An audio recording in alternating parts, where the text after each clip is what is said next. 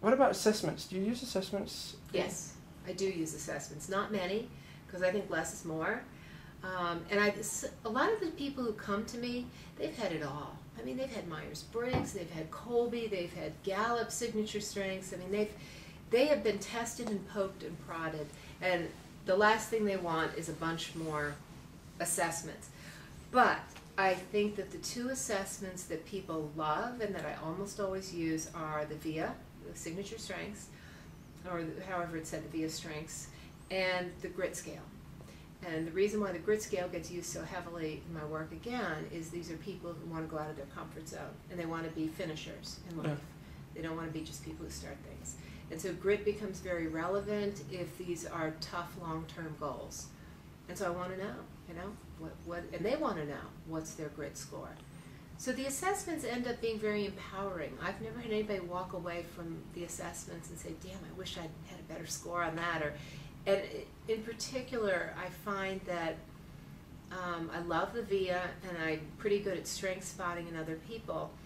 And they love hearing about how those strengths have come into play. Their top 5 have come into play in accomplishing great things in their lives before this. So the first assignment we had at Penn was Me at My Best.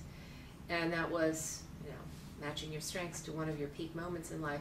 I do assign that a lot to clients. Or we have that, maybe that's an example of an assignment done on the phone. I'll say, when was a time when you remember your strengths being used in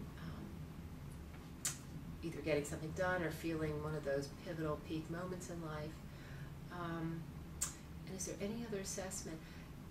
There's not an assessment I use on top of that, but there's a tool, and that's the best possible self-exercise. I use that a lot. So, but as far as going onto the internet and finding an assessment, those two are really right. it. So the VIA would take place during the first session then? Usually. Right. If someone can get to a computer, usually. There have been instances where people could not get to a computer. But I would say since 2005, when I first became aware of it and started using it, most people take it within the first 3 sessions, if they can. Right.